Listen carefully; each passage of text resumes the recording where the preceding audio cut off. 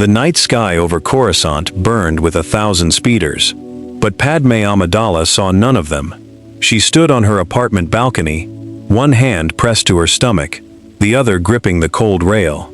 Something was wrong. She could feel it in her bones, in her blood, in the child growing inside her. Anakin. He had left hours ago, and he had not come back. She thought of his eyes that morning, haunted, hollow. He had spoken of dreams, of visions, of her dying in childbirth. She had told him it was only a dream. But now, standing beneath the endless city lights, she knew better. Something was hunting her husband. Something old. Something dark. 3PO, she called, her voice sharp. Get me a speeder now. But Mistress Padme, the hour is late. Now 3PO, she grabbed her cloak and ran.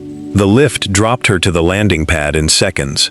The wind bit at her face as she climbed into the speeder and slammed the throttle forward. The city blurred around her. Towers, lights, endless lanes of traffic. She wove between transports, ignoring the angry horns, ignoring the flashing warnings. She had to reach him, before Palpatine did. Because deep down, she knew. She had always known. The Chancellor's kindness toward Anakin had never been kindness at all. It had been a slow, patient hunger. And tonight it would feed. Her speeder cut across the skyline, aimed straight at the Jedi temple. She only prayed she was not already too late. The temple rose ahead, silent, golden, waiting. And somewhere inside, Anakin Skywalker was about to make his choice. The Jedi temple was quiet, too quiet. Padme's footsteps echoed down the long stone hall as she moved deeper inside. The great pillars towered above her. Somewhere in the distance, a fountain whispered. But there were no Jedi, no masters, no younglings, only shadows. And then she saw him. Anakin stood alone in the room of 1,000 fountains, his back turned, his shoulders shaking. His lightsaber hung loose in his hand, unlit. His head was bowed low, as if the weight of the galaxy pressed down on him. Anakin, she whispered. He froze. Slowly, he turned. His eyes were red. His face was pale. He looked lost. Padme, his voice cracked. You shouldn't be here. I had to come. She stepped closer, one careful step at a time. I felt it. Something is wrong. Please, talk to me. He shook his head. His jaw clenched. He told me he can save you. From the dream. From dying. He knows things the Jedi hide. He can teach me. He can... Palpatine. The name fell between them like a blade. Anakin flinched. His hand tightened on the saber. He's not what you think. No, Padme said softly. He's exactly what I think. And you know it too. Deep down, Ani, you know. For a long moment, he could not speak. His eyes searched hers, wild and torn. He looked like a boy again, the frightened slave from Tatooine, the one who dreamed of freeing his mother. His lightsaber slipped from his hand and clattered to the floor. And in that single trembling breath, the future of the galaxy hung by a thread. Anakin stared at the fallen lightsaber on the floor. His hands were shaking. Padme stepped closer, slowly, carefully, as if he were a wounded animal that might run. Ani, listen to me. Her voice was soft, but steady. There's something I have to tell you. Something I should have told you weeks ago. He looked up. His eyes were wet. She took a breath. Then she placed his hand, his flesh hand, gently on her stomach. I'm pregnant. The words hit him like a blow. His mouth opened. No sound came out. For a long moment he did not move. He did not even seem to breathe. Then, slowly, a tear rolled down his cheek. A baby, he whispered. Our baby. Yes. She smiled through her own tears. Yours, mine, ours. His hand trembled against her. For the first time in weeks, the darkness in his eyes cracked. She saw the man she loved shining through the shadow. The pilot, the dreamer, the boy who had once carried her across Naboo like she was made of starlight. Honey, please. She held his face in her hands. Whatever Palpatine promised you, it's a lie. He doesn't want to save me. He wants you. He has always wanted you. And if you go to him tonight, he will take everything. Me, the baby, your soul." Anakin closed his eyes. His whole body shook. He said only he could stop the dream. "Then let the dream come," she whispered, "and we will face it together. Not with him. Never with him." Somewhere across the city, in a red-lit office, the Sith Lord waited. And slowly, his patient smile began to fade. Anakin dropped to his knees. His hands covered his face. His shoulders shook. And then, at last, the words came pouring out. "I see it every night," he whispered. "Over and over. You're screaming. You're dying, and I can't reach you. I can't save you." His voice cracked. "The baby cries, and then you go still, and I'm alone. I'm always alone." Padme knelt in front of him. She took his hands from his face and held them tight. "Ani, look at me." He would not. "Look at me." Slowly, his eyes rose to meet hers. They were full of tears and something worse, terror. The kind of terror only a slave boy from Tatooine could carry into a man's body. "I'm here," she said. "I'm alive, and I am not going anywhere. But the dream is a dream, Ani, not the future." She pressed her forehead to his. "Palpatine used it. He fed it. He wants you afraid, because a frightened man will do anything he's told." Anakin swallowed hard. He said the dark side could stop it. And what has the dark side ever saved, Annie? What did it save on Tatooine? What did it save the day your mother died? He flinched. "The dark side does not save people," she said softly. "It only takes them." She lifted his chin. "Whatever comes, we face it together. You, me, and this baby. No Sith, no Jedi, just us. Promise me, Annie. Promise me." He held her hand against his heart. He nodded once. "I promise." And in that moment, in the quiet of the temple, Darth Vader was never born. Anakin ran, not away from the temple this time, but toward it. His cloak whipped behind him as he sprinted through the halls, Padme's promise still burning in his chest. He found Mace Windu in the council chamber, already gathering 3 masters: Kit Fisto, Ajan Kolar, Saesee Tiin. "Master Windu," Anakin gasped. "It's Palpatine. He's the Sith Lord. He's the one we've been hunting." Mace's dark eyes narrowed. "You're certain?" "He told me himself. He wanted me to join him. Tonight." For a long moment, Mace studied him. Then he nodded. "Once. Then we go. Now." "And Skywalker, you come with us." The 4 Jedi and the Chosen One crossed the city in silence. A gunship, a landing pad, the long walk down the red carpet to the Chancellor's office. Anakin's heart pounded like a war drum. The doors slid open. Palpatine sat behind his desk, calm as ever. His eyes flicked from Mace to Anakin, and for the first time in his long, patient life, the Sith Lord's smile faltered. "Anakin," he said softly, "what have you done?"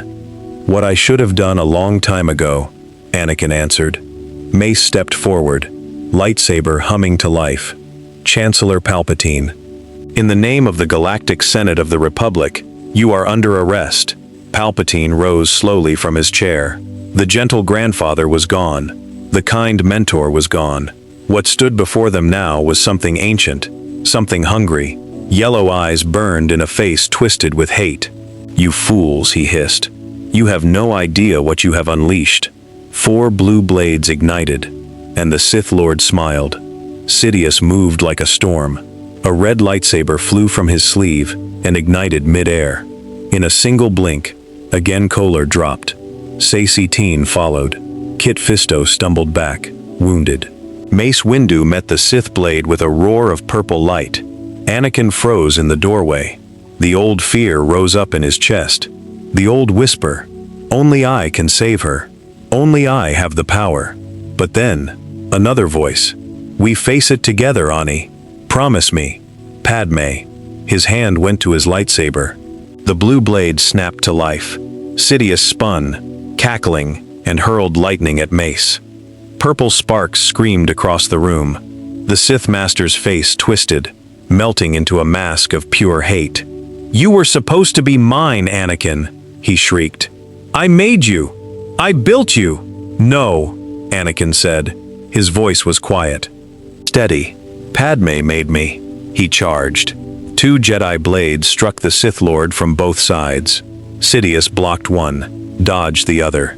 Lightning cracked the walls. Windows shattered. The whole tower shook. Then Mace's saber cut deep, and Sidious stumbled. The Sith Lord raised his hand for one last blast of lightning. His yellow eyes locked on Anakin. "You will regret this." Anakin's blade came down. Silence. The red saber rolled across the floor. The lightning died. The Emperor who never was fell in a heap of black robes. Somewhere across the galaxy, 100 billion clone soldiers waited for a command that would never come. The chip in every helmet stayed silent. Order 66 was never given. And the Jedi Order, for the first time in 1,000 years, did not fall. Anakin ran, not away from the temple this time, but toward it. His cloak whipped behind him as he sprinted through the halls, Padme's promise still burning in his chest. He found Mace Windu in the council chamber, already gathering 3 masters. Kit Fisto, Aegon Kolar, Saesee Tiin. "Master Windu," Anakin gasped. "It's Palpatine. He's the Sith Lord. He's the one we've been hunting." Mace's dark eyes narrowed. "You're certain?" "He told me himself. He wanted me to join him. Tonight." For a long moment, Mace studied him. Then he nodded. "Once.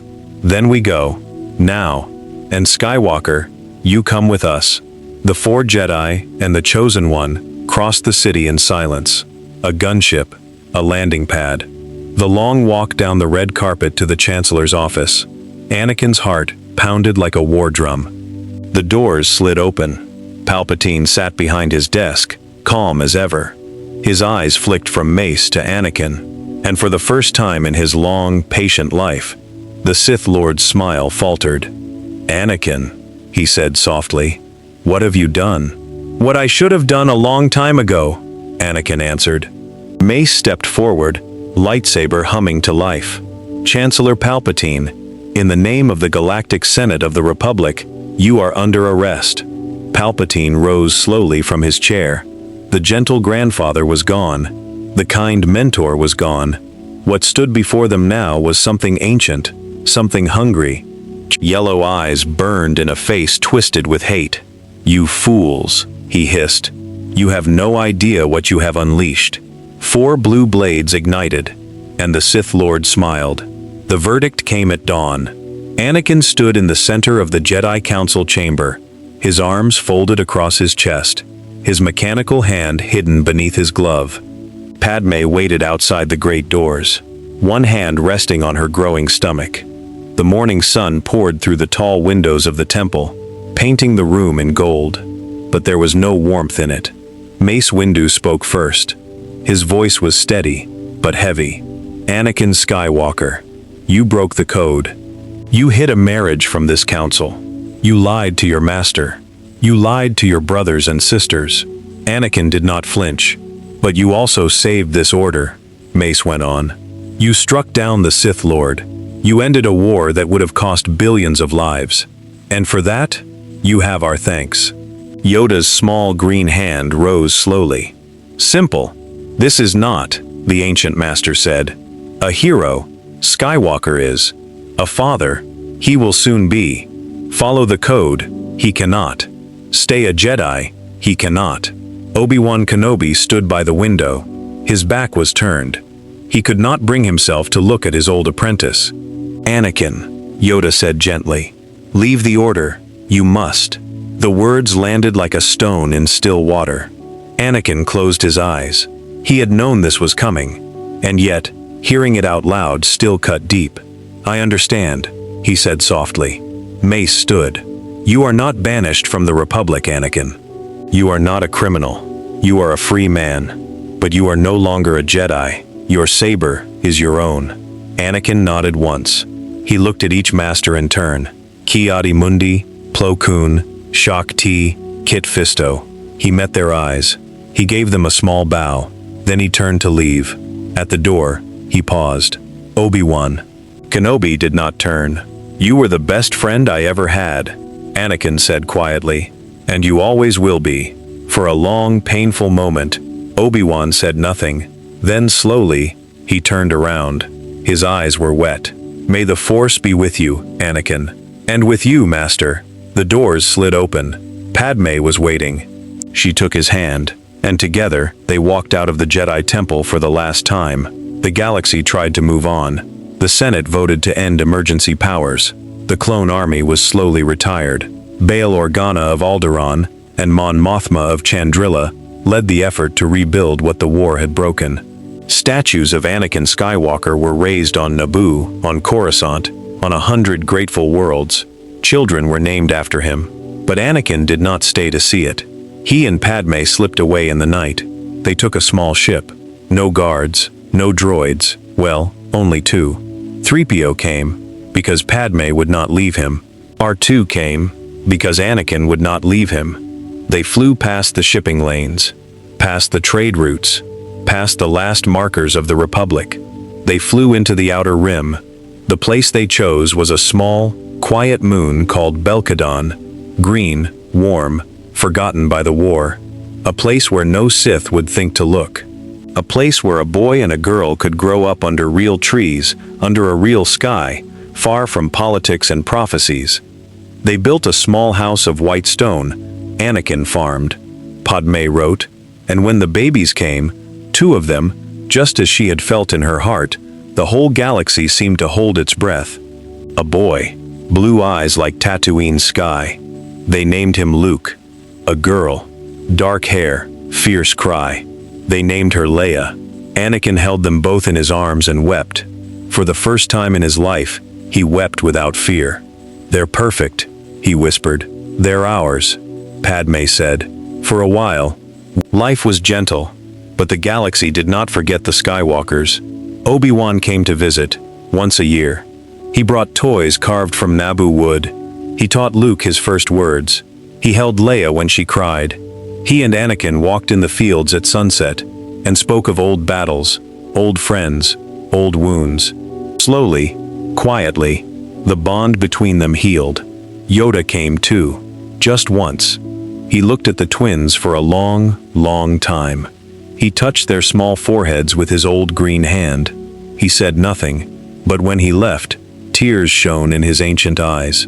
The Jedi Order changed, slowly, carefully. The code was rewritten. Attachments were no longer forbidden, only guarded. Love was allowed, if it did not become fear. A new generation of Jedi grew up under this softer sky. Ahsoka Tano returned. She trained younglings again. The temple filled with laughter. And yet, deep in the shadows, something was moving. On a dark world at the edge of the galaxy, a hooded figure knelt before a broken red lightsaber. The saber had belonged to Sidious. It had been smuggled off Coruscant the night the Emperor died, carried in secret, buried in secret, protected in secret. The figure lifted the hilt in trembling hands. "Master," he whispered, "I will finish what you started." His yellow eyes glowed beneath the hood. His name was Sheev Palpatine's hidden apprentice, a shadow Anakin had never known existed. A boy the Sith Lord had trained in secret for years, a backup plan for the day when the Chosen One might fail him. His name was Darth Malus, and on that dark world, he was not alone. Dozens of dark side users had crawled out of hiding once news of Sidious's death had spread. The Inquisitors, the Night Sisters of Dathomir, ancient cults that had waited 1,000 years for the Sith to rise. Now, with the throne empty, they gathered around Malus like moths to a flame. "The Skywalker lives," Malus said softly, "and so do his children." The Dark Ones bowed their heads. "Find them," he whispered, "and when the time is right, bring me the twins." Years passed. Luke grew tall and brave. He climbed the trees behind the house. He raced through the fields with his sister at his side.